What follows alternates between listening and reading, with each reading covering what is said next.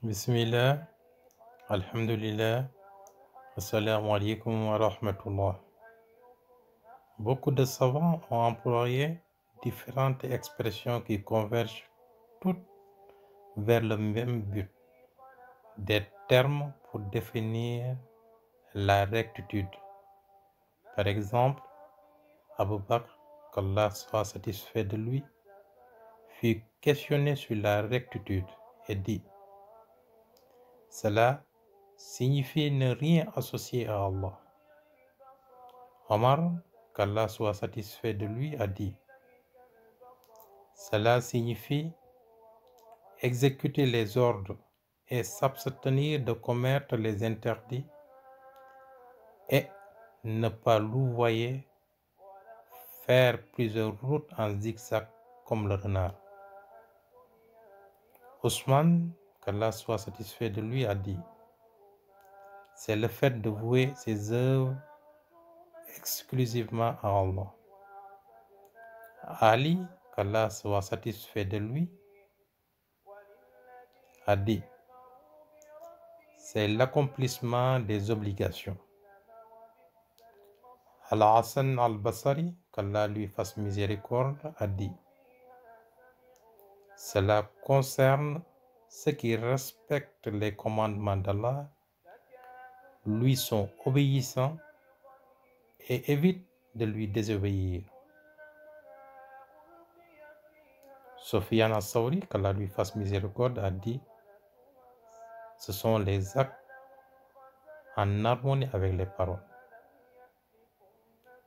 L'islam est une religion complète qui appréhende cette vertu en donnant une importance particulière aux qualités qui favorisent la bonne entente avec Allah subhanahu wa ta'ala, envers le prophète, paix et salut sur lui, et envers les gens.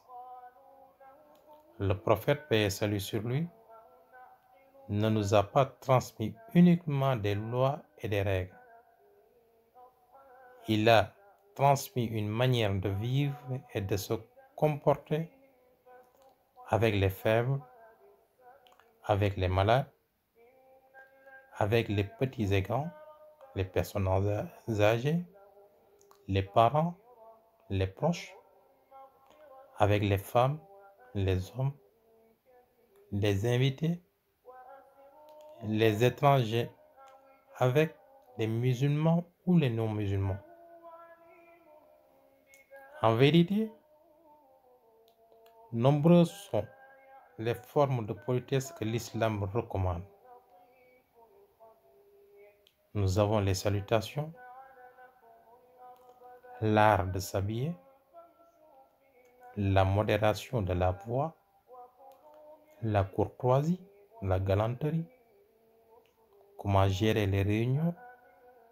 Le Coran nous dit: ô vous qui avez cru, quand on vous dit faites place aux autres dans les assemblées, alors faites place. Dieu vous ménagera une place au paradis. Ya ayyuhallazina amanu iza qila lakum tafassahu fi majalisi fassahu yafsahullahu lakum. Surat al-Mujadila, la discussion, au verset 11. Le prophète, paix et salut sur lui, a dit: détournez le regard, cessez de nuire, répondre à la salutation, ordonner le bien et interdire le mal. Allah nous parle de Ma'ruf, ce qui est communément reconnu bon. On raconte qu'il y avait un cheval utilisé par son propriétaire pour se déplacer. Et un jour, le cheval est tombé dans un grand trou. Le propriétaire a essayé de le sortir de tous les moyens, mais en vain. Le cheval a commencé à paniquer et à sentir que sa fin est proche. Alors, il s'est mis à crier et à se débattre dans tous les sens.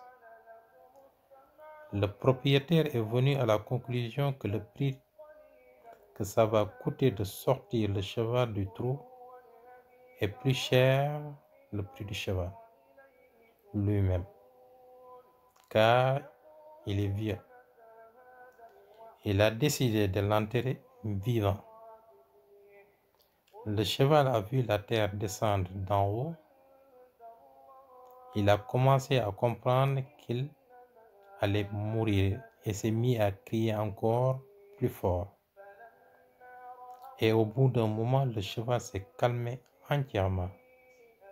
Le propriétaire continuait de jeter de la terre dans le trou et pas de réaction. Il a cru que le cheval était mort. En regardant dans le trou, il a vu que le cheval était encore vivant, mais faisait quelque chose d'étonnant.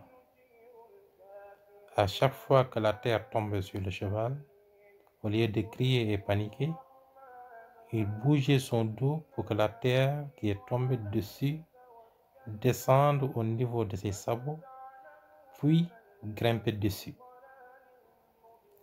Et en répétant ça, le niveau de la terre montait et le cheval aussi. Contrairement aux pompiers qui sauvent un perroquet coincé dans un arbre dans une commune du sud-ouest de la France située à 5 km à l'ouest d'Angoulême, dans le département de la Charente. En Italie aussi, les pompiers libèrent une biche coincée dans la commune de la province de Catanzaro, dans la région de Calabre. Ces soldats du feu qui ont des qualités conformes à la rectitude.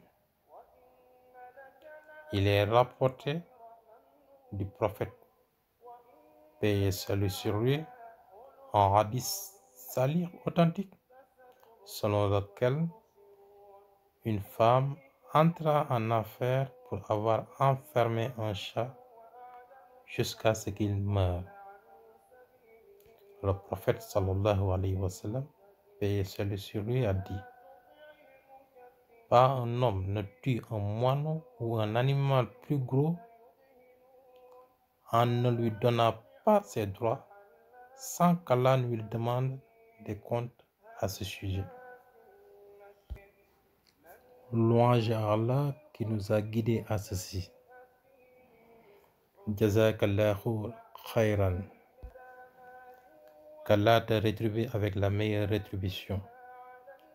Que la prière d'Allah soit sur notre maître Mohammed, paix et salut sur lui. Au revoir et à la prochaine vidéo, Inch'Allah, si Dieu le veut.